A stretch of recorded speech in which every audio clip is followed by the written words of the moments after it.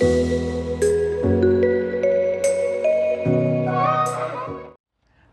saya dengan Erik dari Lighthouse Training. Saat ini saya akan berbagi mengenai satu hal penting yang bisa membantu Anda agar kita sama-sama mampu beralih dari kondisi di mana kita mengalami kekhawatiran atau kecemasan atau kebosanan menuju kepada sebuah kondisi di mana kita akan lebih mungkin mengalami emosi positif dan mengalami kebahagiaan.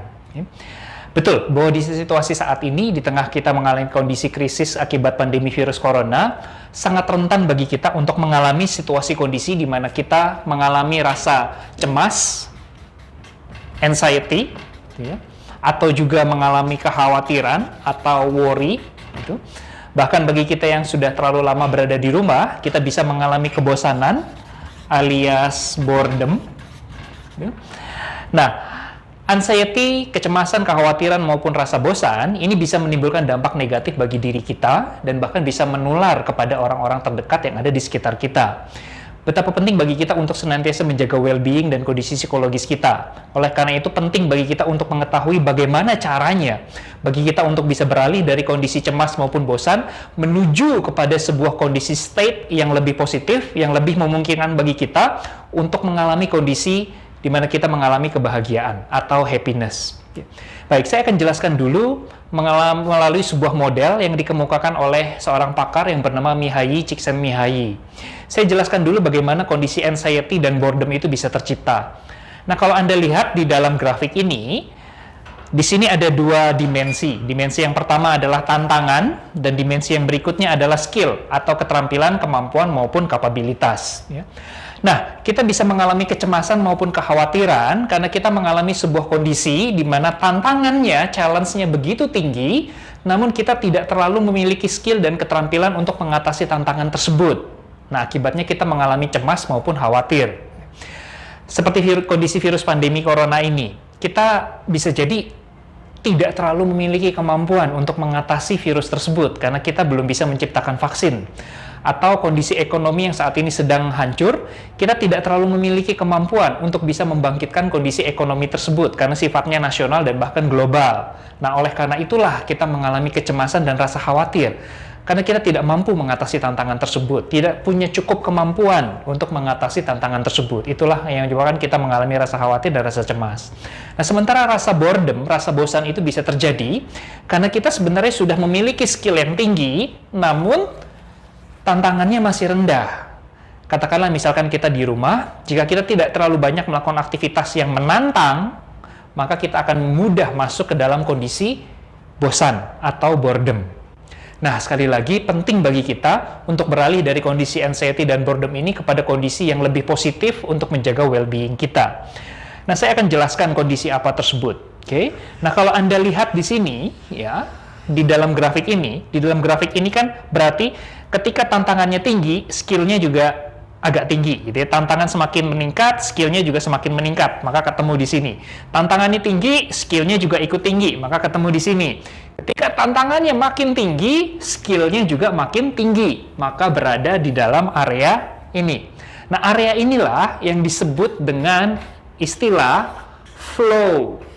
Istilah ini diciptakan oleh Mihaly Csikszentmihalyi, seorang ahli psikologi positif. Flow itu kalau dari kata dasarnya kan mengalir, ya. Jadi flow itu adalah sebuah kondisi di mana kita begitu asik terserap di dalam sebuah aktivitas dan sebuah pekerjaan karena kita begitu menikmatinya sehingga sampai kita lupa waktu. Kita sungguh-sungguh terserap, konsentrasi kita secara penuh seakan-akan bersatu di dalam aktivitas tersebut, dan setelah selesai melakukan aktivitas tersebut kita merasa sungguh-sungguh positif dan sungguh-sungguh bahagia. Jadi seorang penari yang sedang berlatih nari atau berlatih balet dengan keterampilan yang tinggi dan juga tantangan gerakan tarian yang sulit, gitu ya, namun dia memiliki keterampilan yang tinggi terhadap gerakan tarian tersebut, maka sangat mungkin bagi dia untuk berada dalam kondisi flow. Begitu pula seorang komposer musik yang sedang menyusun not-not yang kompleks dengan tingkat tantangan yang tinggi, namun dia juga memiliki kemampuan yang tinggi di dalam menyusun komposisi not tersebut, maka sangat mungkin bagi dia berada dalam kondisi flow. Atau seorang engineer yang sedang berupaya memperbaiki mesin yang mengalami kerusakan, ada tantangan yang begitu tinggi, namun dia juga memiliki skill yang mumpuni di dalam memperbaiki mesin tersebut, maka sangat mungkin bagi dia untuk berada dalam kondisi flow. Atau seorang pendaki gunung yang berupaya mendaki gunung yang tantangannya sulit, namun dia memiliki kemampuan mendaki yang juga tinggi, maka sangat mungkin bagi dia untuk berada dalam kondisi flow. Setiap dari kita memiliki kemampuan untuk mencapai kondisi yang disebut dengan flow. Oleh karena itu penting bagi kita di dalam keseharian kita, apalagi di tengah kondisi pandemi virus corona, di tengah situasi krisis seperti ini, penting bagi kita untuk sebanyak mungkin melakukan aktivitas-aktivitas di mana aktivitas tersebut akan membawa kita kepada kondisi flow. Nah, ketika kita berada dalam kondisi flow, kita akan begitu menikmatinya. Ada kebahagiaan dan kepenuhan yang kita rasakan. Kita begitu terserap dan bersatu di dalam aktivitas tersebut sampai lupa waktu. Konsentrasi kita begitu penuh, sehingga masalah-masalah kehidupan lain itu nggak kita pikirin. Kita hanya mikirin aktivitas tindakan tersebut. Bahkan kita melakukannya bukan karena kita pengen dapat uang banyak atau ketenaran atau apapun, namun kita melakukannya demi aktivitas itu tersendiri. Karena aktivitas itu sendiri bagi kita sudah memiliki nilai yang luar biasa penting. Dan bahkan setelah kita selesai melakukan aktivitas tersebut, ketika kita selesai mengalami kondisi flow, kita akan lebih membangkitkan kepercayaan diri kita lebih optimis, kita lebih memiliki kemampuan di dalam menghadapi stres maupun tantangan hidup berikutnya. Nah, oleh karena itu penting bagi kita untuk menemukan hal-hal yang memungkinkan kita berada dalam kondisi flow. Dan mari saya ajak Anda juga untuk memahami lebih lengkap apa yang dimaksud dengan flow. Oke, saya perkenalkan dulu istilah berikut ini untuk Anda. Pleasant, kalau dalam bahasa Inggris diterjemahkan ke Indonesia artinya menyenangkan, ya.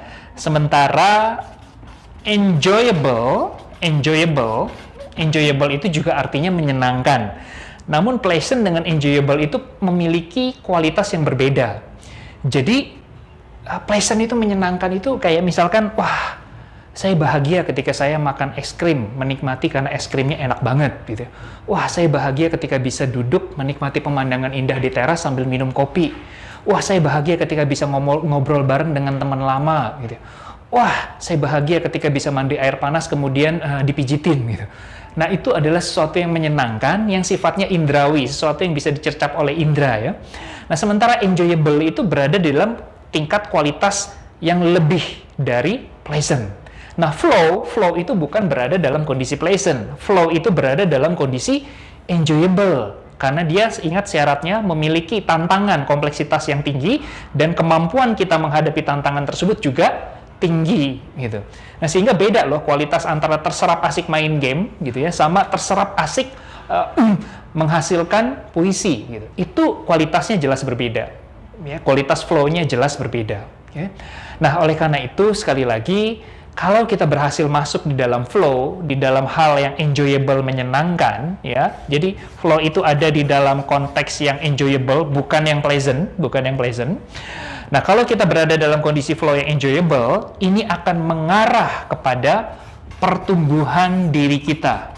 Kita akan bertumbuh, kita akan berkembang, dan grow ini akan mengakibatkan kita memiliki yang namanya modal psikologis, psychology capital, gitu ya, modal psikologis.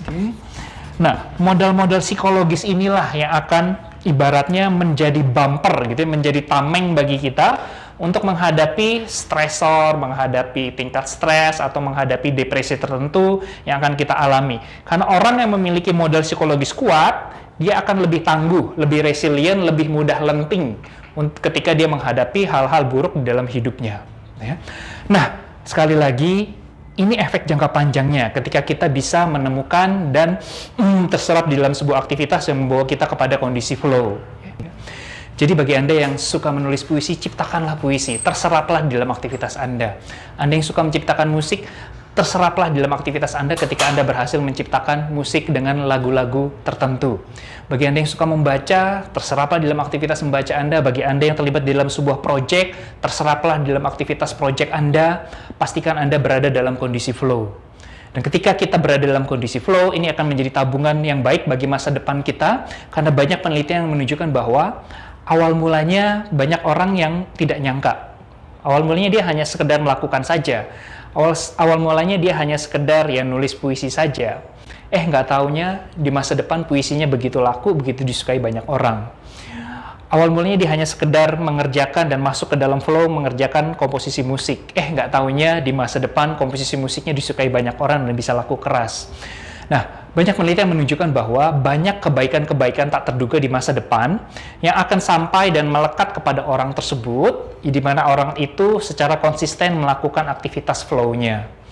Oleh karena itu, mari di tengah kondisi saat ini, pastikan kita bisa menjaga kondisi well-being kita secara baik dan secara positif dengan sebanyak mungkin memilih dan melakukan aktivitas yang membawa kita berada dalam kondisi flow. Ketika kita bosan, berada dalam kondisi bosan, carilah hal-hal yang meningkatkan tantangan kita sehingga kita mudah masuk ke dalam flow. Ketika kita berada dalam kecemasan, tingkatkanlah keterampilan kita sehingga kita berada di dalam kondisi flow. Ciptakanlah flow sebanyak mungkin di dalam keseharian aktivitas pekerjaan kita, sehingga niscaya kita mampu membangun kebahagiaan dan mampu membangun modal psikologis yang kuat yang akan bermanfaat bagi diri kita di dalam menjalani kehidupan untuk meraih kegemilangan yang kita harapkan. Terima kasih.